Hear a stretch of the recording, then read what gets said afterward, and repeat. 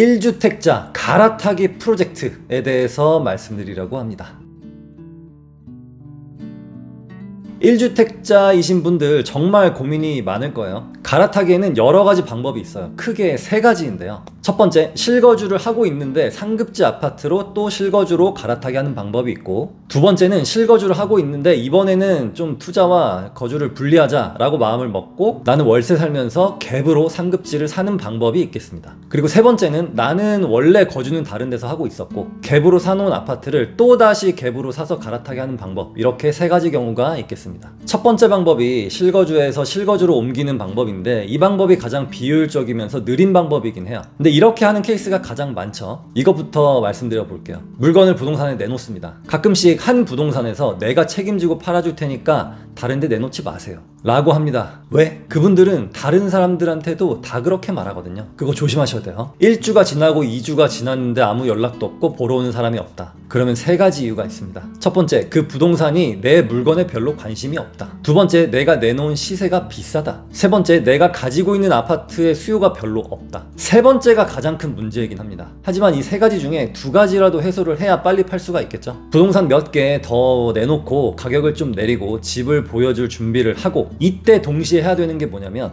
내가 매수할 아파트를 적극적으로 보러 다니는 겁니다. 어떤 분들은 팔고 나서 기다렸다가 하려는 분들이 있는데요. 내 아파트를 살 매수자에게 가계약금을 받자마자 나도 최소 한 달 안에는 가계약금을 보내야 합니다. 이 실거주를 하면서 실거주로 갈아타기 할 때 또 신경 쓰이는 게 이사 날짜와 잔금 날짜를 맞추는 건데요. 이거는 어찌어찌 하면은 조율이 다 됩니다. 그런데 이런 갈아타기의 비용이 상대적으로 좀 많이 들어요. 제가 늘 강조드리죠. 내가 가지고 있는 아파트의 최소 1.5배, 1.6배의 시세는 되어야 제대로 된 갈아타기라고 말씀을 드리고 있죠. 그 이유는 한번 갈아타기 할 때 최소 억 단위는 깨지기 때문이에요. 양도세도 내고 취득세도 내고 이러다 보면은 그 갈아타기 비용이 생각보다 많이 들기 때문에 한번 갈 때 제대로 갈아타기를 하셔야 됩니다. 두 번째 방법입니다. 지금 현재 내가 내 집에서 실거주를 하고 있는데 나는 그동안 너무 큰 돈을 깔고 앉아 있었던 것 같아, 지금 저축 속도로는 갈아타기가 거의 불가능할 것 같다 라는 생각이 든다면 보증금 낮은 월세로 옮기고 집을 판 돈을 전부 투자금으로 쓰는 겁니다. 투자금이라면 매매가와 전세가 갭 차이로 사두는 걸 의미하죠. 이렇게 하면 실거주에서 실거주로 갈아타기 하는 것보다 두세 단계는 더 상급지로 갈 수 있게 됩니다. 그런데 내 집에서 안정감을 누리던 사람이 월세로 간다? 또는 신축에 살던 사람이 월세가 저렴한 구축으로 간다? 이게 쉽지가 않아요. 그래도 싱글이나 자녀가 없는 부부라면 이동이 좀 자유롭긴 한데, 자녀가 있어서 학교에 다니고 있는데 주변에 저렴한 월세가 없어서 찾다 보니까 전화까지 가야 된다? 이게 쉽지 않죠. 두세 단계 위 상급지를 매수할 수 있는 장점은 있긴 하지만 실거주 만족도를 포기해야 되는 난관에 봉착하게 됩니다. 이런 현실적인 난관을 잘 풀어가는 것도 투자의 과정이에요. 공부도 하고 단순히 잘 사고 잘 팔고 이것도 물론 중요하지만 거주하는 곳의 위치, 컨디션, 임대 비용 같은 것들을 잘 따져서 투자의 효율성을 끌어올리는 것 또한 투자의 필수 요건 중 하나라고 보시면 되겠습니다. 그 다음 마지막 방법이죠. 나는 원래 월세 살고 있거나 부모님 댁에 살고 있거나 회사에서 주는 사택에 살고 있는데 예전에 갭으로 사둔 아파트가 한 채 있다. 이 아파트를 한 번 더 좋은 곳으로 갈아타게 하고 싶다라는 케이스입니다. 어쨌든 상급지라고 하면 내가 현재 가지고 있는 것보다 더 고가일 가능성이 높죠. 당연히 그렇겠죠. 고가로 가면 갈수록 신축의 전세가율과 구축의 전세가율의 차이가 더 많이 벌어집니다.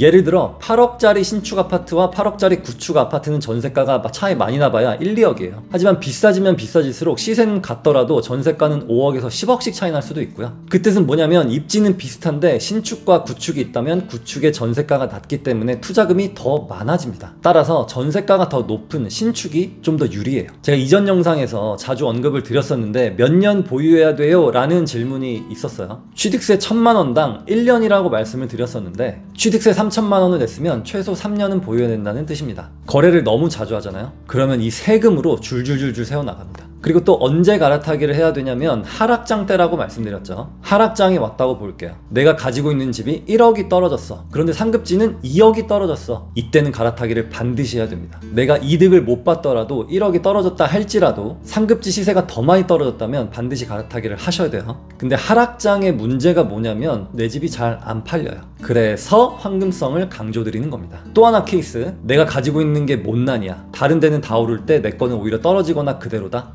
이럴 경우에는 손절을 해서라도 빨리 갈아타기를 해야 됩니다. 왜냐? 앞으로 더 격차가 벌어질 거거든요. 그렇기 때문에 내가 가지고 있는 아파트가 시장의 흐름을 따라가는지 못 따라가는지 이거를 좀 객관적으로 판단하셔야 되고요. 그리고 내가 1년에 모을 수 있는 돈과 가고자 하는 상급지 아파트의 현재의 시세 차이, 과거의 시세 차이를 보고 있다가 타이밍을 잘 잡아서 갈아타기를 한다면 성공적인 미션을 수행할 수 있을 겁니다. 오늘도 공부가 되셨나요? 여러분들의 멋진 경제적 자유를 응원합니다. 감사합니다.